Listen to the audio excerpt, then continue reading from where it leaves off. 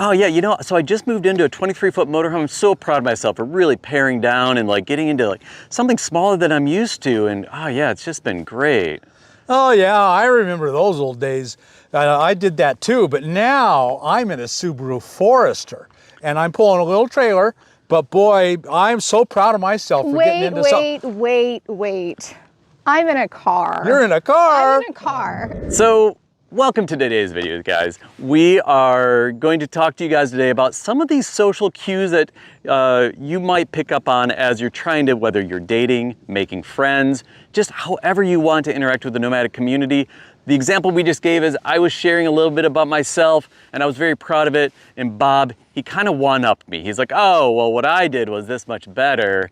And then Autumn trumped it all and she came in and said, well, I'm even better because I'm in a little car. And she even interrupted. So there's a couple of examples of like, you know, the one-upper or the interrupter that we want to talk to you guys today about, just so it'll help you throughout your nomadic journey in building community, making friends, dating, whatever it is, whatever that looks like to you.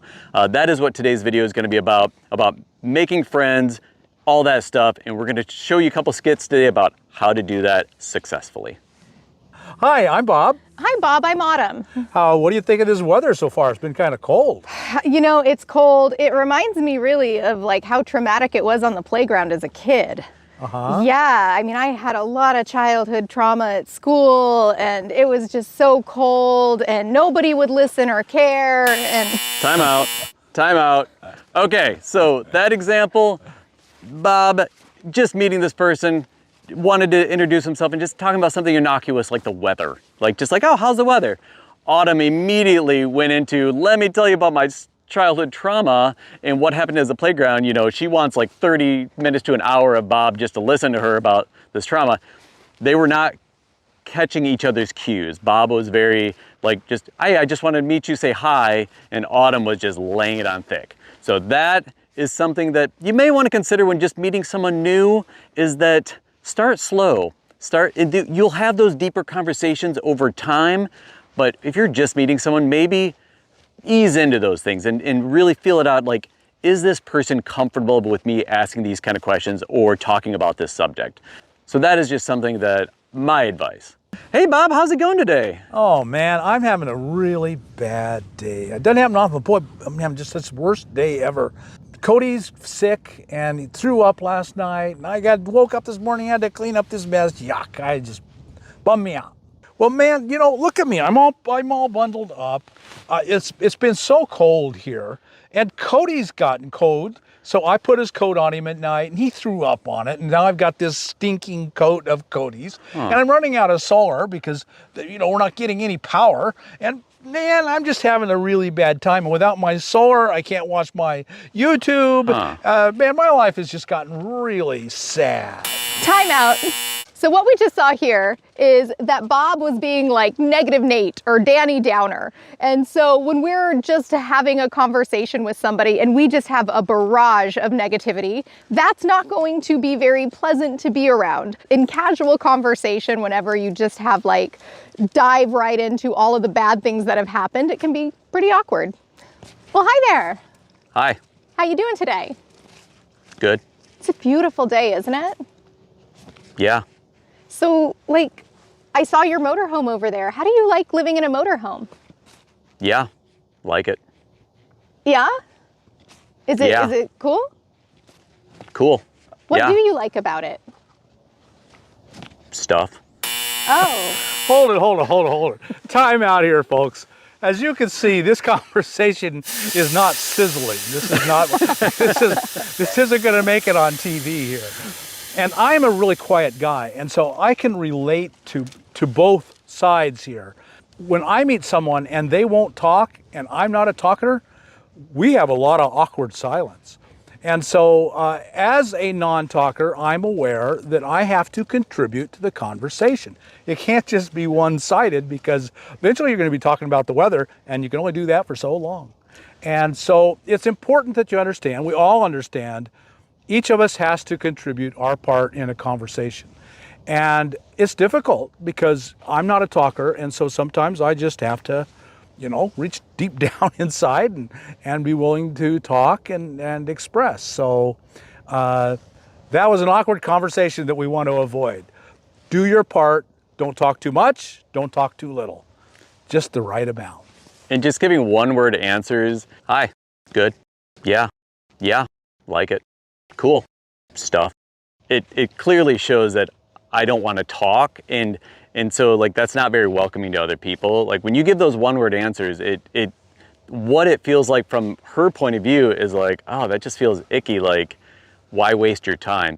Personally, I find that if I've run into someone who just will not talk, I try to avoid them because it's just awkward. It ends up, feels bad. Yeah, absolutely. Yeah.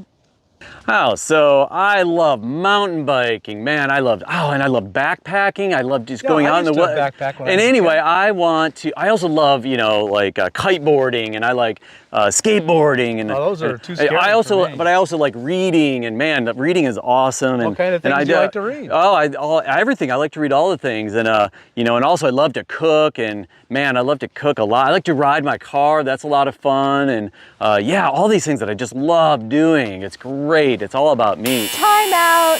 All right, did you guys just notice how with Brian talking so much about himself and Bob not even getting a word in there, that it just was totally one-sided. And it turned out that it was even hard to find where it was possible to sort of have a dialogue instead of a monologue. And so that is something else that we want to just be mindful of when we're out meeting new people, is how much is there equity in the conversation back and forth, and like asking questions or acknowledging that somebody was heard. And I was also very dismissive of things that Bob was saying. Like he tried to enter into the conversation, and I was like, no, whatever. Let me talk about me more. You know, so I was very dismissive of his feelings and how he wanted to contribute to the conversation. It was all about me.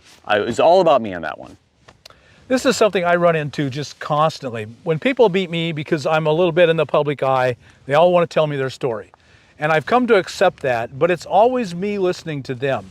And so, because I'm a quiet person, it's been that way all my life.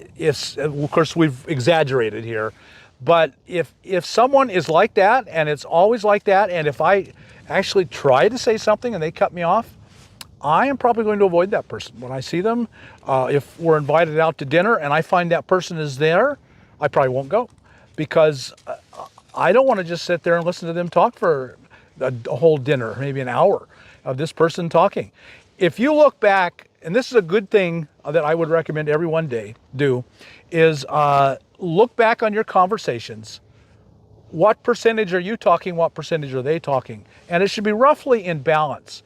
And usually one person will talk more than the other, and that's fine, as long as it's respectful. If your voice is heard and accepted and respected, then that's okay. But because usually one person talks more than the other.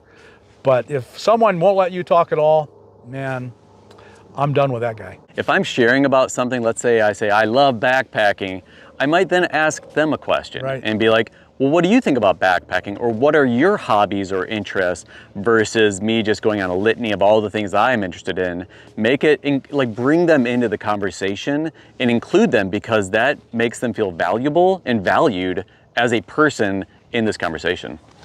If you want to have friends, you got to be friendly. It's a silly, foolish saying, but boy, is it the truth. And a friendly person is interested in the other person.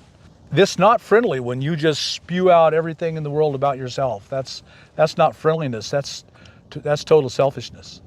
So folks, we hope you enjoyed today's video. We went through a bunch of scenarios of like how to make friends or dating or whatever while you're out on the road, and how to build that community.